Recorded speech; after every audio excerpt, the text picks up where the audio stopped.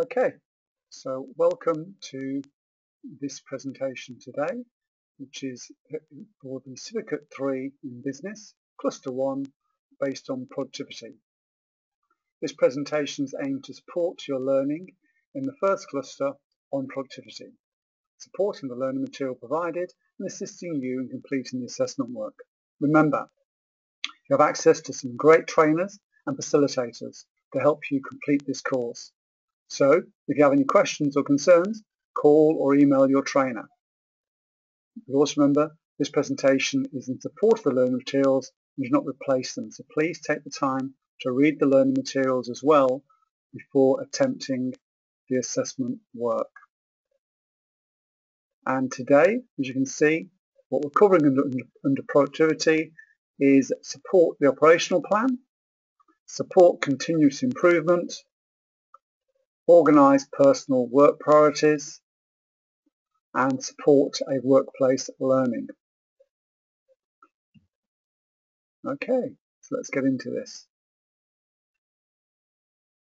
An operational plan, that's what we're starting with. So an operational plan is a detailed plan used to provide a clear picture of how a team, section or department will contribute to the achievement of the organisation's strategic plan. So it's important to understand the difference between an operational plan and a strategic plan. The strategic plan is about setting a direction for the organisation, devising goals and objectives and identifying a range of strategies to pursue so that the organisation might achieve its goals. The strategic plan is a general guide for the management of the organisation, according to its priorities and the goals of the stakeholders. The strategic plan does not stipulate the day-to-day activities and tasks involved in running the organisation. On the other hand, the operational plan does present highly detailed information specifically to direct people to perform the day-to-day tasks required in running the organisation. And think about this. Strategic plans can be 5 or 6 years in length. An operational plan is generally 12 months and works very closely with an organisation's budget and financial plans.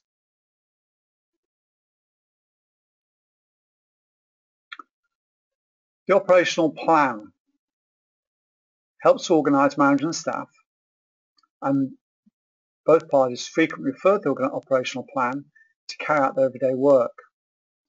The operational plan provides the what, who, when and how. What? The strategies and tasks that must be undertaken. Who? The persons who have responsibility for each of these strategic tasks. The when? The timelines in which strategic tasks must be completed. And the how much? The amount of financial resources provided to complete each strategic task. The purpose of the operational plan is to provide organisational personnel, that's us, with a clear picture of their tasks and responsibilities in line with the goals and objectives contained within the strategic plan. Basically, the operational plan is a plan for the implementation of strategies contained within that plan, that strategic plan. It's a management tool that facilitates the coordination of the organisation's resources, human, financial, physical, so that goals and objectives in the strategic plan can be achieved.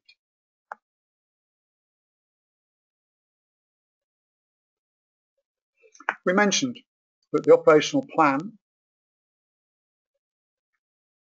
impacts on resources, and you'll notice the first question in your assessment is around this issue of resources. So there are basically 3 major resources. Okay, you've got the human resource. Every strategy must have an owner. Somebody has to be responsible for making something happen. If someone's not made responsible for a strategy or a plan, it's highly likely it will not be done. So in the operational plan, the person responsible for the strategy is generally referred to by their job role. So it might be the department manager or the financial manager or the sales manager or the marketing manager. Financial resources. Not every strategy may require money, but most will. If people have to be paid to do work, then there will be financial resources needed to remunerate them, to pay their wages. If volunteers are involved, money may be needed to be set aside for food and other perks for them. Many strategies will involve administration costs in the form of telephone calls, printing, photocopying, postage. Some strategies will need purchases of equipment or materials or promotional costs, such as advertising. The point is that thought has to be given to all possible costs that might be incurred if the strategy is implemented. If you don't allocate enough money for the implementation of a strategy, the chances are it will fail. And then, of course, you've got the allocation of those physical resources. Now, most strategies will require a physical resource, materials to build, products or equipment to use, provide the service, computers for administration, office space, furniture, supplies for materials. So think about the resources in your workplace. And think about examples. When you think of financial, you're thinking of wages, the cost of buying supplies and materials. Staff are a human resource. Furniture is a physical resource. Equipment, a physical resource. Inventory stock, physical. So with these definitions in mind, hopefully that should help you with your work on that first question in your assessment.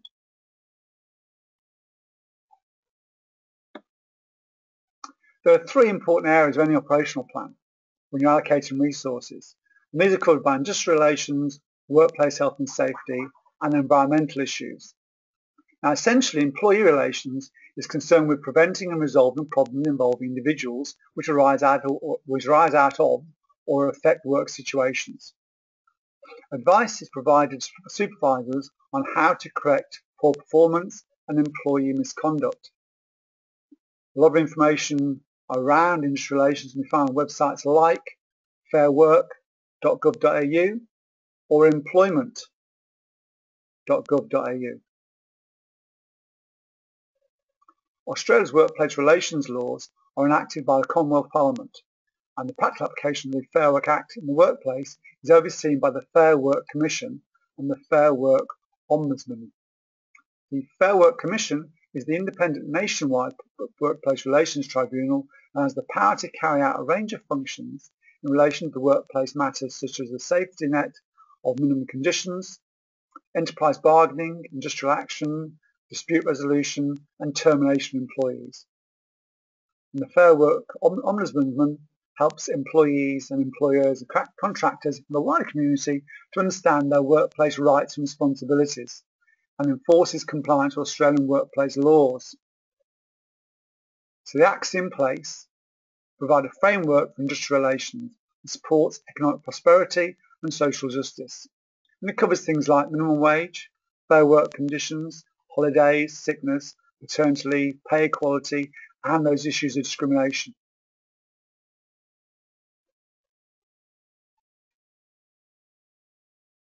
Workplace health and safety is also a major concern when looking at operational plans. Operating any business in a safe manner so as not to affect customers or staff is a very important part of running a business. Again, you can find information about workplace health and safety on those sites like safeworkaustralia.gov.au, comcare.gov.au, and obviously the Workplace Health and Safety Act itself is a website as well. So workplace health and safety covers who's responsible for what. It'll cover the responsibilities of employers and employees, how improvements should take place, what is optimum performance, prevention of workplace injuries, the all-important consultation process that needs to take place between employers and employees, how to minimise risk, training, creating industry workplaces. A lot of areas to be covered in workplace health and safety. And obviously, when you think about the business that you're working in, any operational plan needs to encompass all these areas. That's a lot of work and resource allocation. And of course, all Australian businesses can play a part in environmental management. So whether environmental laws affect your business directly will depend on your business activities. Federal, state and local governments jointly administer the environmental protection laws in Australia through bilateral agreements. But as a business owner, you should understand what laws apply to you. And the federal law affecting you is the Environmental Protection and Biodiversity Conservation Act, which is administered by the Department of Environment. because of hazardous waste and conservation, those sort of things. You can see on the screen here there are various other locations you can go to read up more about environmental legislation and its impact on your role and the operational plan in your business. How do you make sure what you're doing at work is what is expected of you? Well, part of that is goal setting, measuring your performance against preset targets or goals, which are often called KPIs, key performance indicators. Keep that phrase in mind. You hear a lot over the next few weeks when we're doing these presentations. Key performance indicators. So how can you monitor performance? Well, the number one way is watching employees work. One of the most effective ways to monitor any employee's performance is with your own eyes. Watching an employee perform a task will tell you much more about that employee's performance than just about any batch of data removed from the action. You know, any reports or forecasts can't compare to seeing it, especially if you're having difficulties helping an employee succeed with a particular task. Watching that employee while he does the task, you find out exactly what's going wrong and how he can do it better. Another way to monitor performance is asking for an account. In every one-on-one conversation with every employee, you need to be asking for an account of what that person has done since your last conversation. What concrete actions did you take? Did you meet the clearly spelled out expectations? Then you've got to listen carefully and make judgments and ask more probing questions. Asking for an account is a method of holding a person accountable that will come naturally with having regular one-on-one conversations. You can also monitor performance by asking employees to use self-monitoring tools to track their actions, project plans, checklists, activity logs, reviewing their KPIs.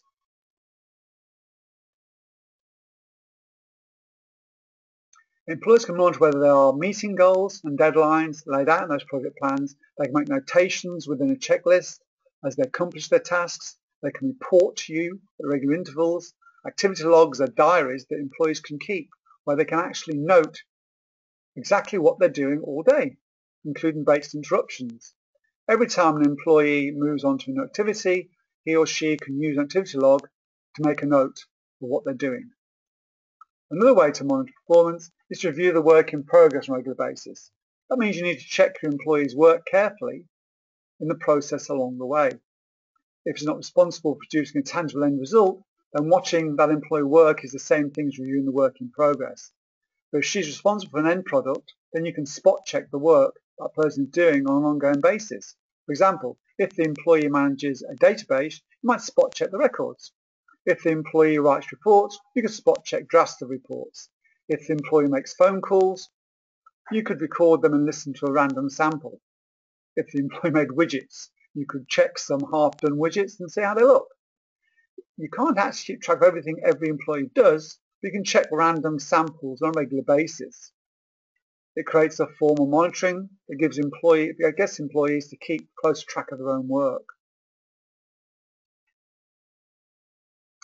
A lot of managers rely on hearsay I should say, to monitor performance.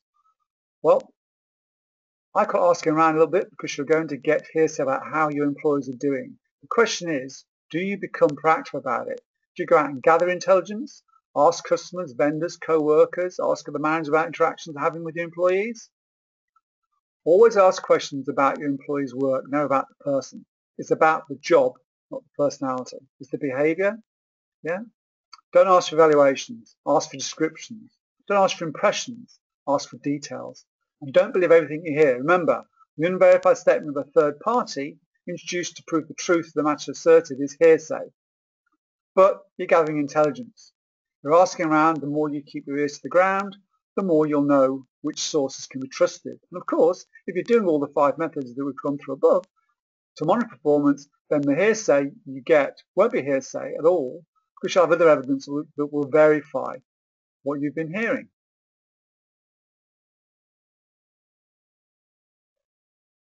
The useful way to make goals more powerful is to use the SMART mnemonic, or SMART goals. So SMART stands for specific, measurable, attainable, relevant, and time-bound. For example, instead of saying your goal is to sell around the world, which is kind of a goal, but it's not very smart because it's not very specific, measurable, achievable, relevant, or time-bound. You could say to have completed my trip around the world by December 31st, 2015. Obviously, this will only be attainable if a lot of preparation has been completed beforehand.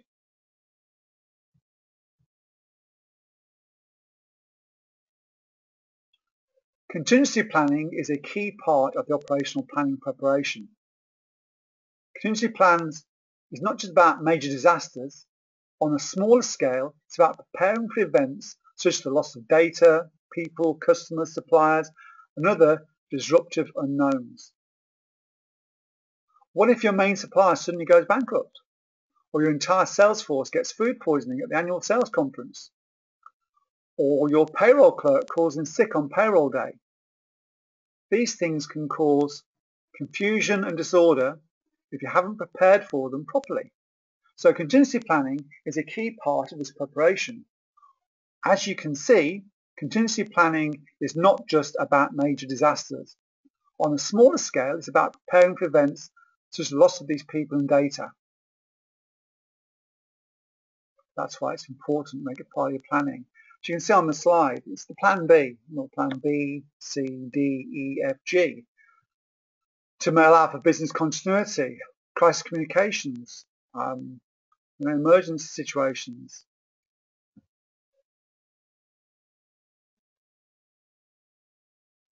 Now moving on, one of the issues we look at within an operational plan, we talk about business systems and business processes. But I really want to help you differentiate between those, okay? A process is a conceptual sequence of events that enables people in a business to do what they do. Most of the time, you're not aware they're there until someone like me comes and starts making them obvious for you. For example, the way a support request gets handled is a process. There's an input, some work sequence, and output. Let's make it a bit more concrete. In my company, Amber handles our customer care requests. A customer may write and ask whether we can send them the download link to a product, an ebook they bought after they lost or they lose or misfile their purchase. Now, Amber locates their order, locates the order and confirms they've made the order and they bought it. She then sends them the link and then ensures they got what they needed. Now, all of that is a process. And yeah, of course, think about it, process can have sub-processes. Now, a system is what we use to execute the process. So in that same example, we use a system called ProFlow. So we receive the request via email, Google Apps in fact, and then Amber locates the records and sends the link using a piece of software called Infusionsoft. The products themselves are stored on a server. Pretty straightforward. Well, not so much. No. One of the things you're going to keep an eye out for is when processes and systems aren't supporting the people. Sometimes you can get lost in the fugue of a process and a system. So in this example, the system is obviously the software and the hardware we're using. As you can see, Google Apps for email, this Infusion software for our customer relationship management system, our CRM, and the Amazon store for sending out the product. Where the process we're using is to locate the order, confirm the purchase, send the link. Okay. Let's try and make this a bit clearer. So examples of a process, whether it be business or home. Walking the dog. Okay, there's a process involved. You've got to find the dog's lead, find the doggy bags, put those in your pockets, get your car key or get your house keys out, decide where you're going to walk the dog, get the dog on the lead, walk him around the route, make sure he does his business while you're walking around the route. So there's a load of processes involved in walking the dog, just like a lot of processes involved in cooking the Sunday roast, or going to McDonald's, getting in the car, the journey. One of the systems you use obviously would be the car. When you get to McDonald's and place the order, their point of sale system is part of your process. Working out at the gym, There's a process involved in getting there, getting to the gym, having your workout. Just taking customers' cash to the till. There's a business process, and obviously there's a system in place. Now, the process may be to, ring up the order, scan through the customer's barcodes, ask them for the money, take the credit card, run it through the machine, offer them a receipt, get them to sign it or use their PIN code, or in this day and age, of course, ask them if they want to pay wave. So you can see that in that example, the combination of process, which is the actions you as an individual take, compared with the systems that are underlying what you do. You've got the FPOS machine for running the credit card through. You've got the till for running the stock through. You've got the barcode machine and the barcode system for processing those sales. Performing a stock take in most business these days isn't just about the process of going through and counting all the stock. If you're just doing a stock count and you're not using any technology, you probably use a software system with spreadsheets to actually record the stock results and create the stock report. So we have this combination of business systems and business processes. Think of it as doing processes are the what you do. It's the activities, the human activities, whereas the systems are the underlying, say, technology underneath that. There are times when you or the business may need to review your systems and processes as part of a continuous improvement process. Incremental, by that I mean small improvements to business systems and business profits. But how do you get people involved in that process? Collect their opinions. Tap into that experience and knowledge within your team and make them feel a part of it and involved. Well, as you can see on the slide, you can obviously get people to write reports. As we've observed with people performance, you can observe people directly. You can hold meetings and ask people their opinions at the meetings. You can use the key performance indicators or the goals and objectives you set for your team and see how they're performing against those. You can perform formal performance reviews with individuals in your team. You can ask people to email you suggestions and ideas. You can use surveys to poll people's opinions if you want to do it without with some anonymity. And of course, you can use the financial data within your business as well to help you. The important thing is to consult and communicate with people within the business when you're thinking about reviewing both processes and systems. Don't forget, most of the people in your team are working what we call the sharp end, where they're literally performing a role. They're experiencing your processes and systems. If something's not working, they're going to know because they're experiencing the frustrations, the failures, and the problems. So if you want to improve things in the workplace, you've got to talk to the people at the grassroots and make sure to collect their opinions. Now, part of the reason you might find yourself consulting team members is as part of the continuous improvement process mentioned earlier. Continuous improvement is an ongoing effort to improve products, services, and processes. Now, these efforts can seek incremental, like I said, small improvements over time or breakthrough improvements all at once. So you can look to change things by a percent here, a percent there, 10% here, 10% there, or you can just knock it down and start again. Obviously, knocking it down and starting again is kind of expensive. All systems and processes need to be regularly reviewed. Over time, technology improves. Think about the iPhone. Every 6 months we get a new one. Our understanding of how to do things improves. Our knowledge and training improves. And of course, legislation, the rules that govern business can change. Think workplace health and safety. Now, among the most widely used tools for continuous improvement is a 4-step quality model called the Plan, Do, Check, Act cycle, also known as some of the Deming cycle. An American guy came up with the idea. So in planning, we identify an opportunity and a plan for change, as you can see with our scarecrow, okay, or a man painting the scarecrow. His first thing is to design what he thinks the scarecrow should look like. Okay? The next thing we do is do. We implement the change on a smaller scale. So he's having a go. Okay. Check. Use data to analyze the results of the change and determine whether it makes a difference. So you can see in that slide 3, he's checking and the sign doesn't look quite right as the snowman should look. Okay, and then act. If the change was successful, implement it on a wider scale and continuously assess your results. If the change did not work, begin the cycle again. And of course, you adjust until you get the result you need. So why do we have continuous improvement? Well, I've got a friend of mine who says this phrase: you're better to be green and growing than ripe and rotten. A business or individual that does not improve, does not grow, and gets left behind. Legislation changes. Methods to manufacture improve or change. New systems, technologies, materials, software, the iPhone example again, always changing. Improvements done properly improve performance, productivity, and of course the bottom line. Well, how do you encourage improvement? Well, you need role models in the business. You need champions, people who take up the challenge of being the change, who encourage change by their very actions. At the same time, you've got to be aware that everybody in the team is tuned into one particular radio station known as WIIFM, which stands for What's in it for me.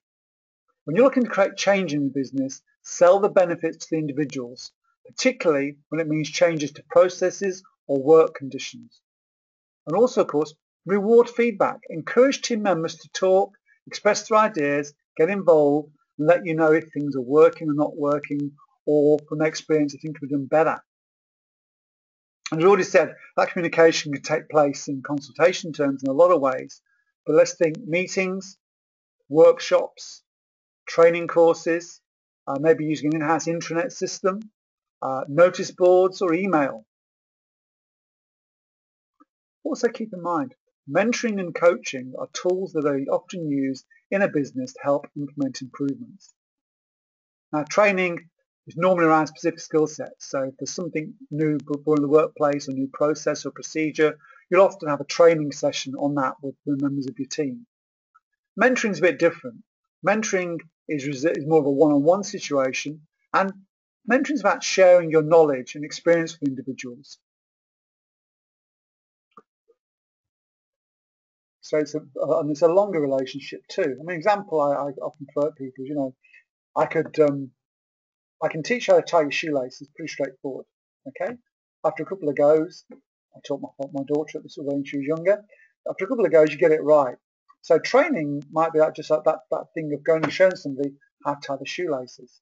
If I'm going to mentor you, I'm just going to show you how to tie your shoelaces. I'm going to tell you about the first time I ever tied my shoelaces, or the time when my shoelaces came undone and I fell over, or the time when my shoelaces broke and I had to repair them. So I'm going to share my experiences as well as my knowledge. Obviously a lot more powerful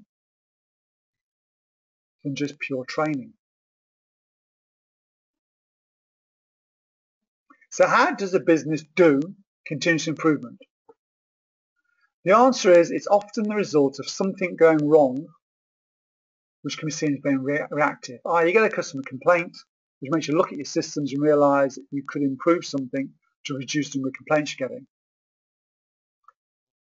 So whereas a periodic review, an active collection of feedback and data is proactive, and obviously sounds like it's better for the business, we often find ourselves reacting to problems. So team members can practice continuous improvement by training and improving their job skills and knowledge. Techniques and processes to assist in continuous improvement could include benchmarking, basically comparing performance against an ideal performance, whether it be a competitor, the industry, somebody in the business. We often talk better practice. There's a right way of doing something. Don't reinvent the wheel. Let's do it that way. Let's all do it the same way. We talk about quality circles. Quality circles, when we get together key players in an organisation and get them to work on a problem together. We've already said feedback is really useful from the team members to create continuous improvement. And when you think about it, customer complaints are a great way of creating continuous improvements. an unfortunate way we often get improvement is as a result of accidents in the workplace too. But it's still a form of process that helps create that continuous improvement. And what does the organisation get out of it? Well, more effective processes, more profitable, less waste, better use of its resources, much more effective team members, and obviously it keeps up to date with legislation. So a lot of good things come out of continuous improvement for the organisation. You know, life has a way of getting in the way, and the best laid plans can come up against unexpected obstacles. So having an operational plan in place and contingency planning takes you so far, but putting these plans into action can come up against barriers. Team members can lack information. It's very hard for you as a team member to be given this whole series of jobs and tasks to do if you're not fully informed. Maybe you've been given a task to do and you've not been trained how to do it. You lack the skill sets. Maybe you don't think you can do it. You've got these limiting beliefs. Maybe you're not physically able to do it. Maybe it's a job of lifting boxes. You're not that kind of person. Those are the people in the team that are affecting your performance or your ability to do the job. Your performance can often be affected by the people around you. And if you're surrounded by people who aren't pulling their weight, it's difficult as a team member to get the result on your own. Your own motivation can often be a barrier to work. The time available, often you're given a job to do and not enough time to do it. Money will always be a factor. Money within a business, money within your personal life. When you think about some of your personal goals at home. It's great to say I want to have a holiday, but you can't afford to have the holiday and you can't put the money aside to have it. You're having no holiday. And of course, remember that thing, fear. One of the biggest barriers to achieving any goal, whether it be work or personal, is fear. None of us like change. We don't jump out of bed in the morning and go, yay, today's a great day, I'm going to have change. Change means uncertainty, learning new things, feeling uncomfortable, often feeling stupid. Who would purposely go out and do that? But each of these barriers can be overcome if you think about it.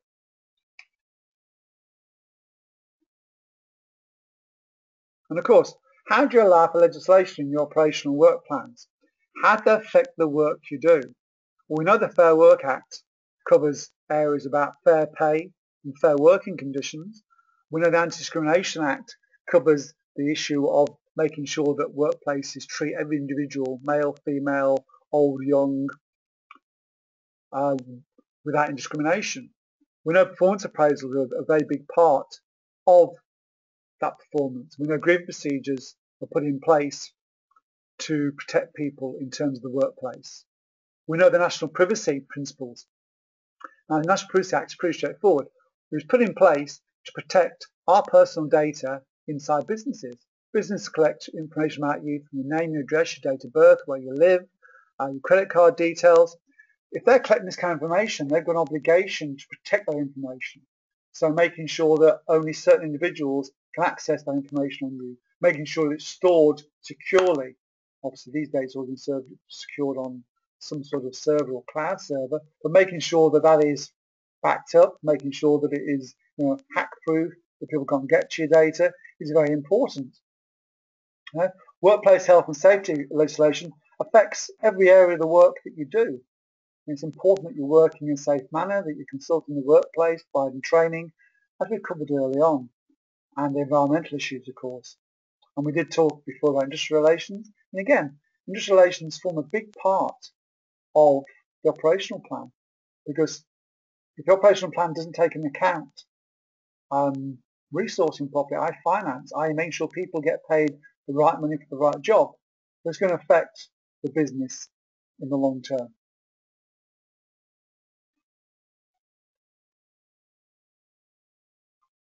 Stress. So work-related stress has many causes, including long hours, heavy workloads, job insecurity, the threat of job loss, redundancy, conflicts with the workers or bosses. And symptoms of work-related stress can include depression, anxiety, a drop in performance, feelings of overwhelmed, fatigue, headaches, an increase in sick days or absenteeism. Companies and employers should recognise work-related stress as a significant health and safety issue. And of course, you'll see in the other diagram I put on the screen here, The thing is that there's a thing we call optimum stress. Because if you're not stressed at all, you're going to be bored. If you're highly stressed, you've got the symptoms we talked about. But somewhere in the middle, there's no optimum performance. You know, no actor will ever tell you they go on stage completely stress-free. When they walk on stage, they're in a state of high energy, and that's optimal performance. Not quite stressed, not quite stressed enough. Somewhere in the middle. You know, workplace stress is a growing problem around the world that affects not only the health and well-being of employees, but also the productivity of the organisation. Work-related stress arises when work demands of various types and combinations exceed the person's capacity and capability to cope. Work-related stress is the second most common compensated illness injury in Australia after musculoskeletal disorders, backache. Work-related stress can be caused by various events. For example, a person might feel under pressure if the demands of their job, such as hours or responsibilities, are greater than they can comfortably manage. Other sources of work-related stress include conflict with co-workers and bosses, constant change, and threats to their job security, such as potential redundancy. You know, in Australia, more than 133.9 million was paid in benefits to workers who had made claims related to workplace stress in 2004-2005 tax year. Now, what one person might perceive as stressful, another person might view as challenging. So remember, this individual. Whether the person experiences work-related stress depends on the job, the person's psychological makeup, and other factors such as personal life and general health.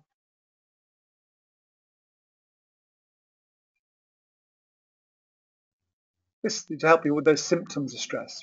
The signs or symptoms of work-related stress can be physical, psychological, behavioural.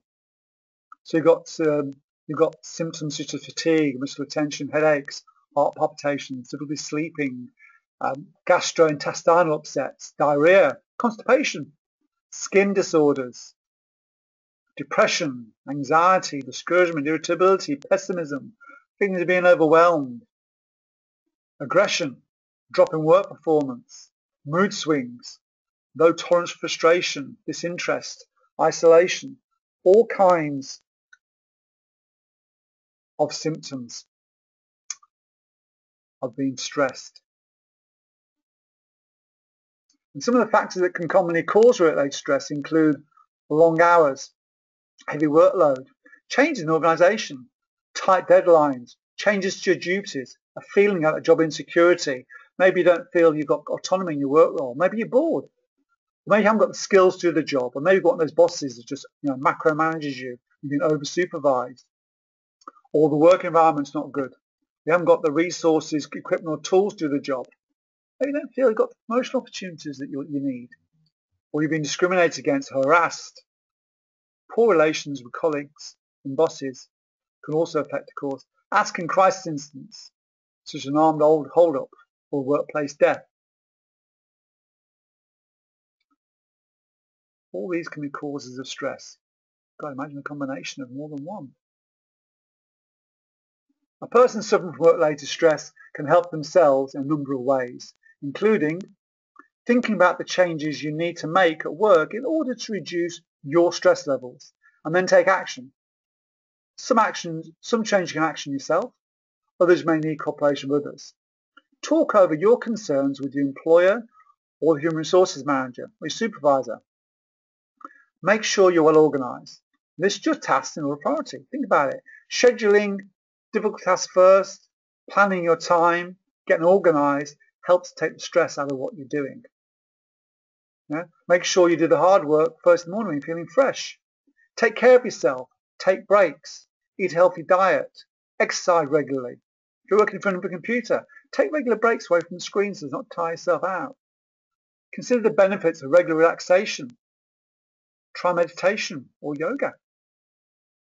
Make sure you've got enough free time for yourself every week. You don't want to take out your stress on loved ones. Instead, tell them about your work problems and ask for their support and suggestions. Drugs such as alcohol and tobacco won't alleviate stress and can cause additional health problems. So avoid excessive drinking and smoking. Maybe you need to seek professional counselling from a psychologist. If work-related stress continues to be a problem despite your efforts, you may need to consider a job or a career change. Seek advice from career counsellors and psychologists. And what's the benefit, again, of preventing stress in the workplace? Well, obviously, reduce symptoms of poor mental and physical health, fewer injuries, less illness, less loss of time from work, reduce sick leave usage, absenteeism and staff turnover, obviously greater productivity, greater job satisfaction, increased worker engagement, reduced costs to the employer, and improved employee health and community well-being. So some pretty good things in there, really.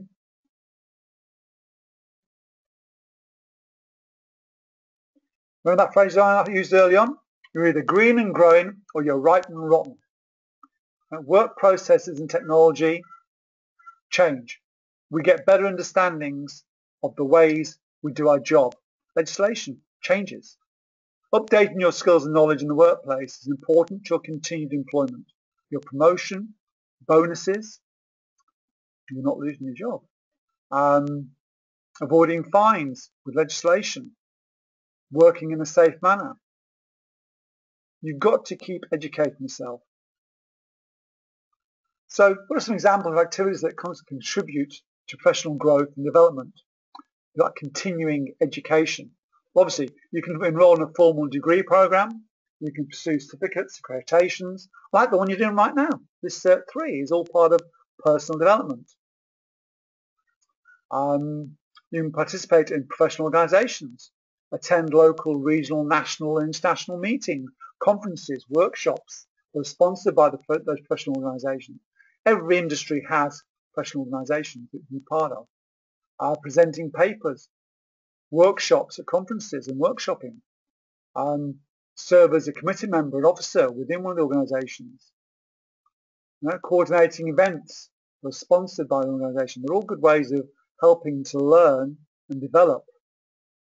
Enroll in those training programs, attending workshops and courses. Doing research, conducting research and presenting that find to others is a great way of developing yourself, because you've got to do the research, learn the material, present to other people. In the process, you learn. Improving your job performance. Keeping up with technology, systems, processes, learning about new developments in your field, improving those existing skills. Often, just increasing your duties and responsibilities has a significant effect on your education. Because taking on more responsibility, taking on new challenges in the current position, doing projects on short-term assignments make you grow, expand what we call that comfort zone. Some approaches to professional development could be skill-based training. So effective skill-based training allows participants to learn conceptual information or new behaviours, practice learn the new information behaviours and receive feedback on your performance. So make the most of training programs. Make sure you know what you're going for, and make sure afterwards you ensure you've learned what you need to learn in practical terms from that training. Often it can be by job assignment. You learn by doing. You work on the real problem and the dilemma.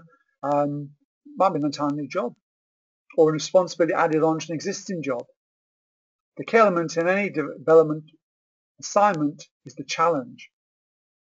And often you'll just learn from interacting with other people. Isn't it great to have diversity in the workplace? And you work with different people, and those different people teach you things. You teach them, they teach you. Oh, we do it this way here. Oh, did you really? Oh, we do it here. Oh, which one's best?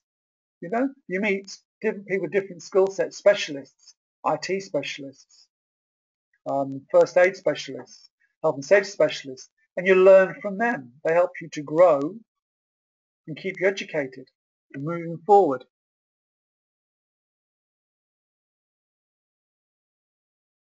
Reward and recognition.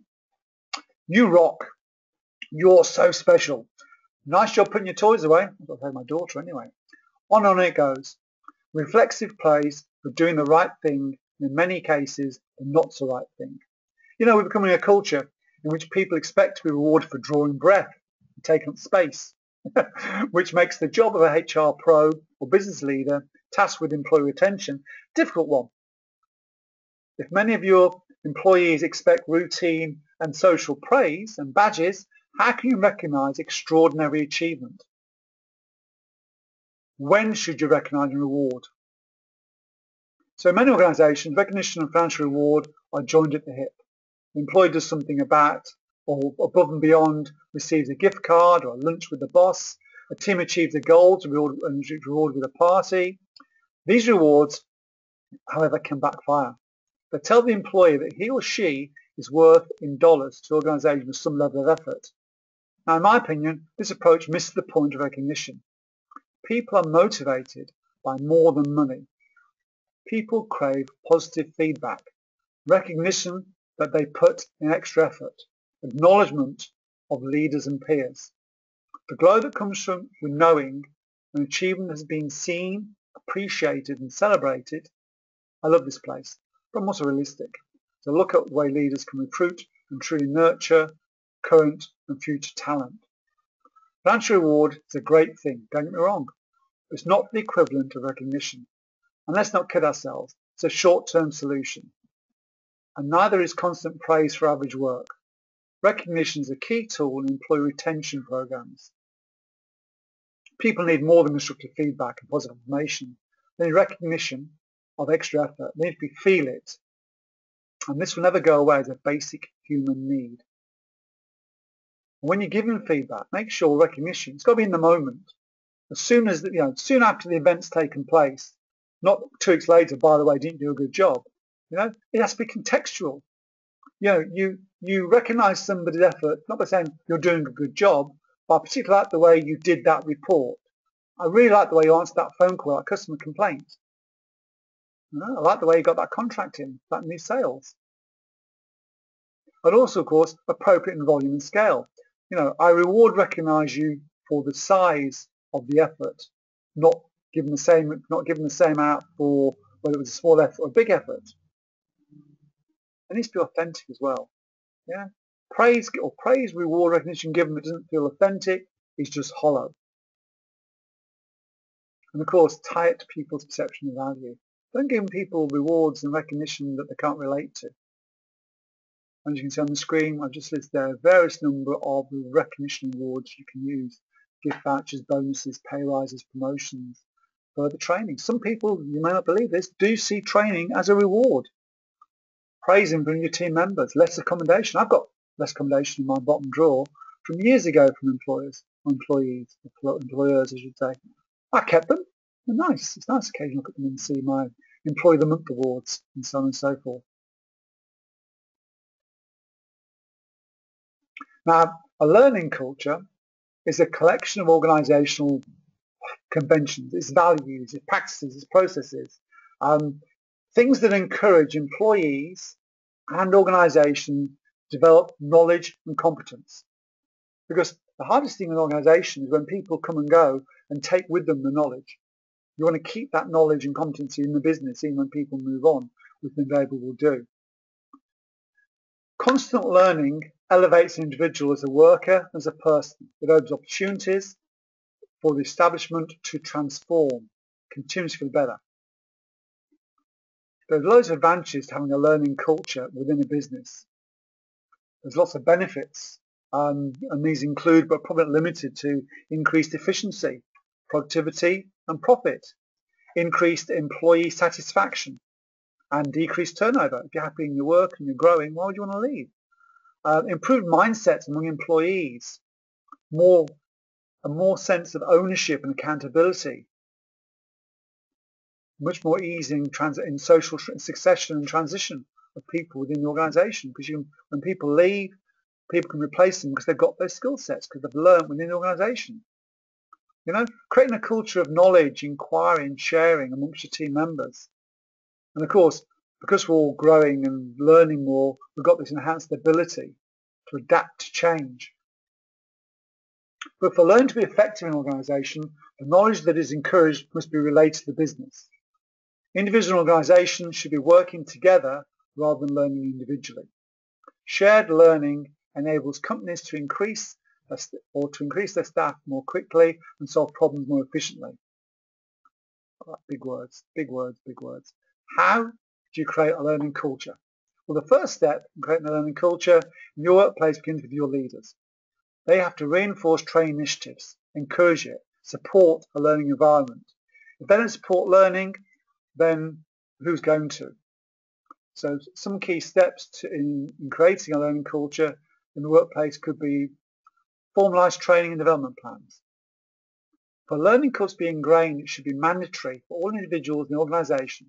Training and development plans are not formalised, run the risk of not being taken seriously and not implemented. Give recognition to learning. Back on that recognition bandwagon again. Employees who have successfully learned new skills and abilities should be recognised and encourage others to follow suit. You come back from a course, you should share what you've learned with other people. Get feedback. Sessions and polls and surveys should be regularly done to evaluate the benefits of training and development, as well as to determine whether the training investment's well spent. Don't just keep doing the training. Did it work? Promoting from within. One of the advantages of training is having employees who are ready for a bigger role. And that's the internal job posting to encourage employees to gain that knowledge and develop knowledge and information, sharing in a formal process. People are more encouraged to share knowledge, information, if they're required to do so. Formalising that process, make sure everyone who needs information gets it. Create opportunities in the organisation where people share knowledge and information. There'll be meetings, come out from training courses, budging them up with people. Take every opportunity to encourage sharing and learning.